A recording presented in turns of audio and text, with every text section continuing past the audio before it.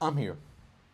What is the guys? It is Chris, aka Chris Tube, back with another video. I really didn't want to make this at all, honestly. This caught a surprise to me, but at the same time, not even a surprise that this is even happening, because they do this every year.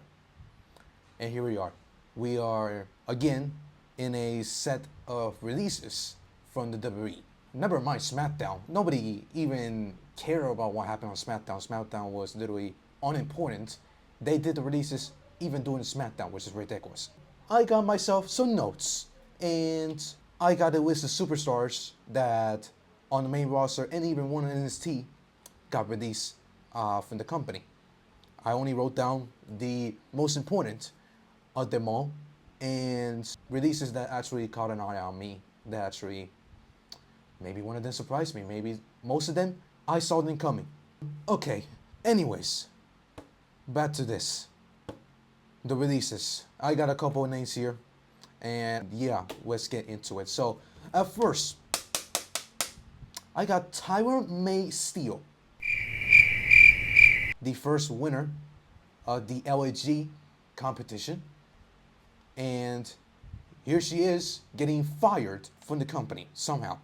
So technically the show is still going on, the LAG seasons, they're still happening as of right now as we speak.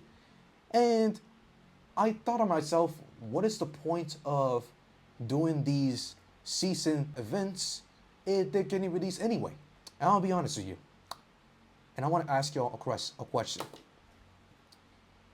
What did she accomplish outside of that? I'll handle it for y'all. I'll handle it for y'all. I got it right here. Absolutely nothing. Exactly. Nothing.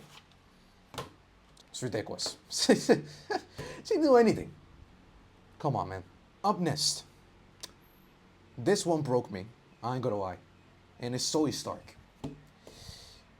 I don't even know what to say about this. I mean, Zoey Stark is probably the most unluckiest wrestler out of this list because she was injured. As y'all remember last year, she suffered a torn ACL. She has been out ever since, and she's been working her ass off on trying to return in even better shape, better than ever. With the quiz that I saw on social media, she was even better now than what she did back then. So she was getting ready for a massive return to the company. She got cleared not that long ago, a couple weeks ago before WrestleMania. She was cleared to compete in a WWE ring, and here she is getting released. I feel terrible. I feel terrible for her. Terrible. I don't know what to say. Like, she literally got unlucky with these injuries. I don't know what to say. Like, she's tremendous in the ring. She was literally getting started in the company. Not even a few years into the company. Only been there for like 2 years or so. And now here she is getting released. They never gave her the ball to run with. They never gave her the opportunity to show her what she's made of outside of what she did with Trish Stratus. She never got to do her own thing in the main roster. And she's tremendous. Unbelievable, bro. Unbelievable. I feel terrible for her. Up next, Alba Fyre, who y'all remember also as Kairi Ray. Yes, Kairi Ray, who was arguably the best women's champion to come out of the United Kingdom. She was getting treated like an absolute beast in the UK. She was unbeatable for so long, more than a year, maybe even 2 years. She went to NXT, and all that success went absolute downhill, and it went straight to the main roster. She did basically... Wait. I want to see what she did after that. Okay, exactly. Absolutely nothing she did on the main roster, and even NXT. Her success only came in the UK, and after that, her career went downhill. She could have done so much better. Instead of just being this sidekick for Chelsea Green and second option of the groups,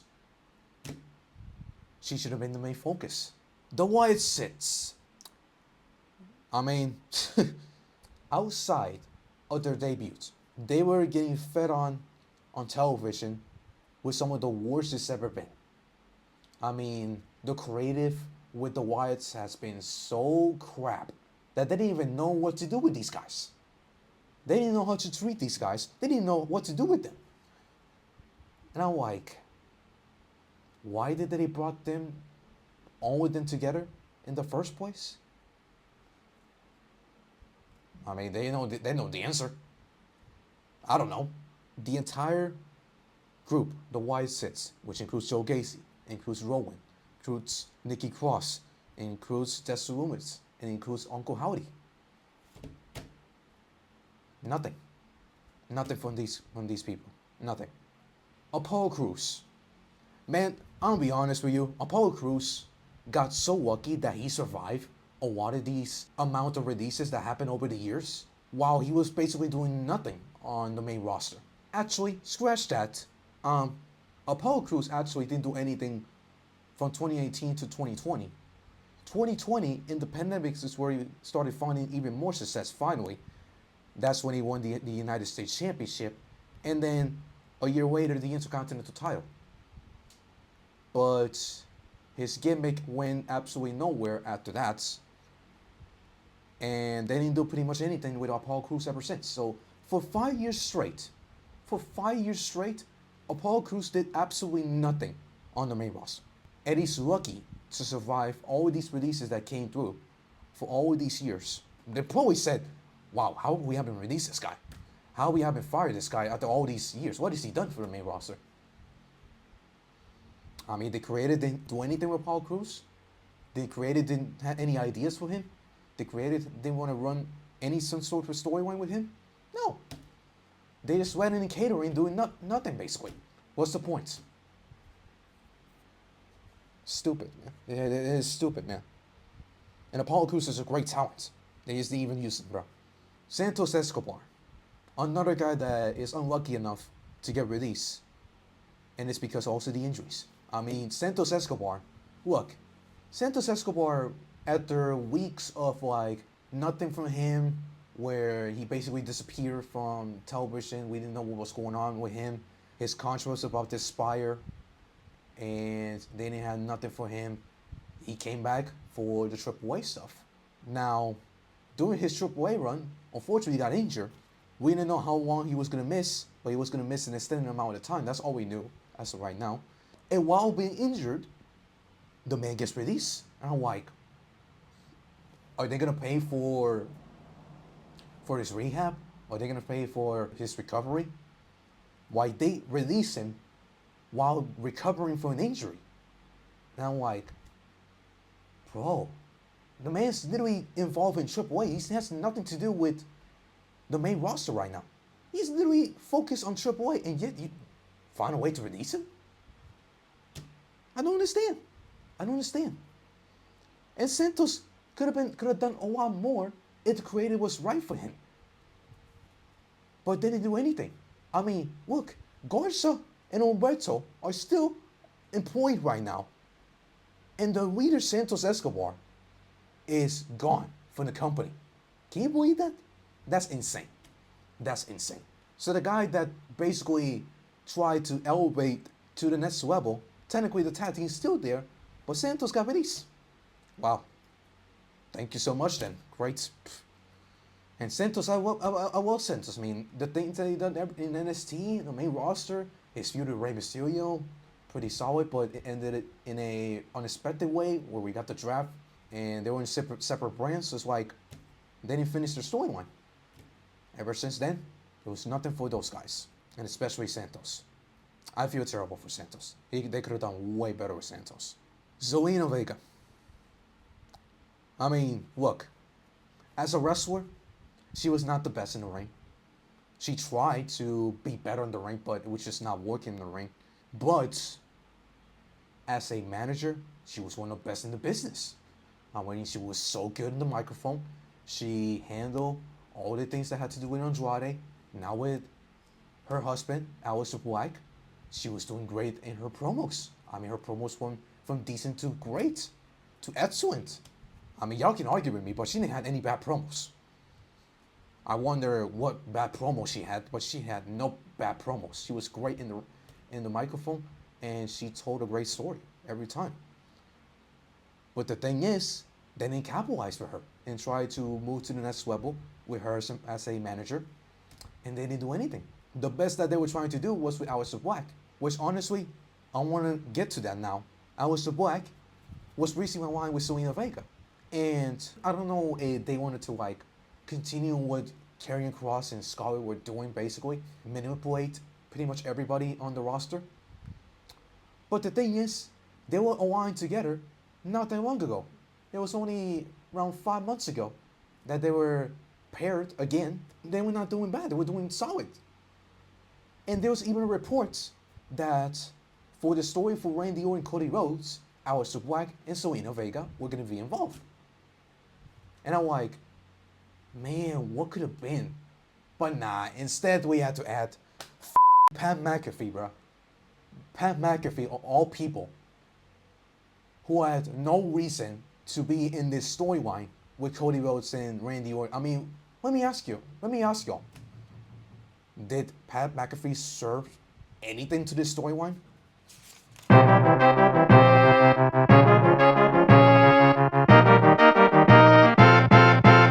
Exactly.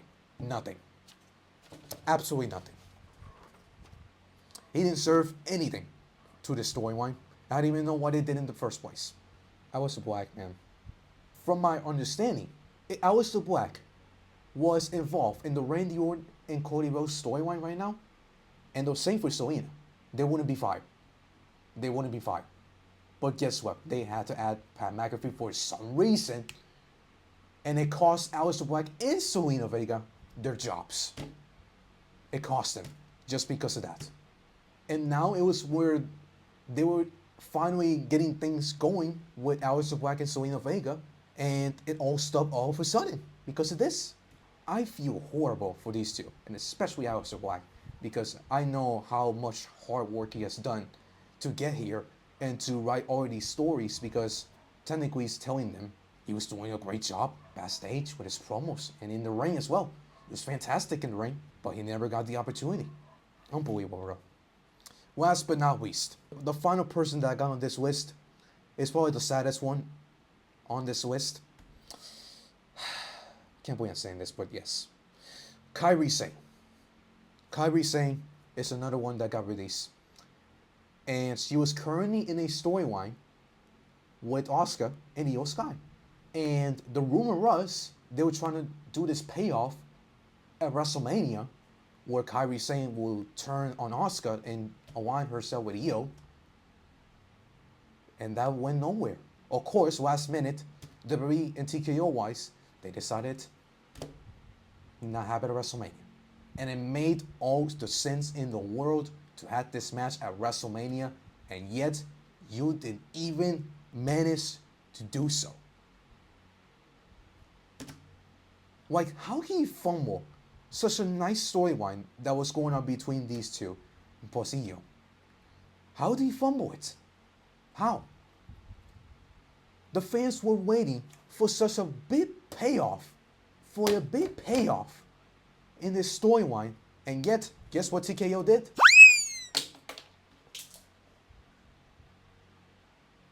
Nothing.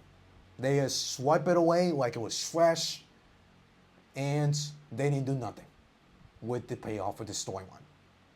The fans were waiting for it, and yet it was a slap in our faces that this storyline is not going to end at all. It stopped at sudden moments without nobody knowing until this.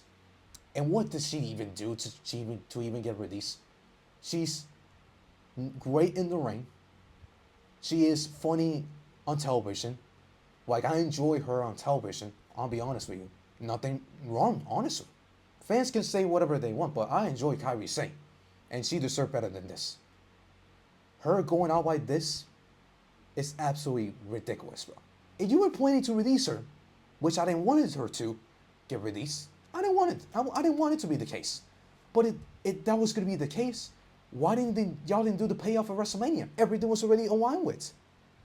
They were setting this up for months. Since Survivor Series, bro. Survivor Series. We wasted all this time on television telling this story led to absolutely nothing. All I can say, chat, what WWE / TKO, what they thought about a lot of these people is probably the phrase that Hulk Hogan did like a decade ago in TNA.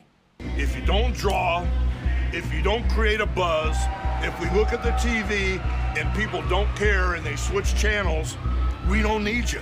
What kind of numbers do you draw, and can you put asses in seats? This is as real as it gets here.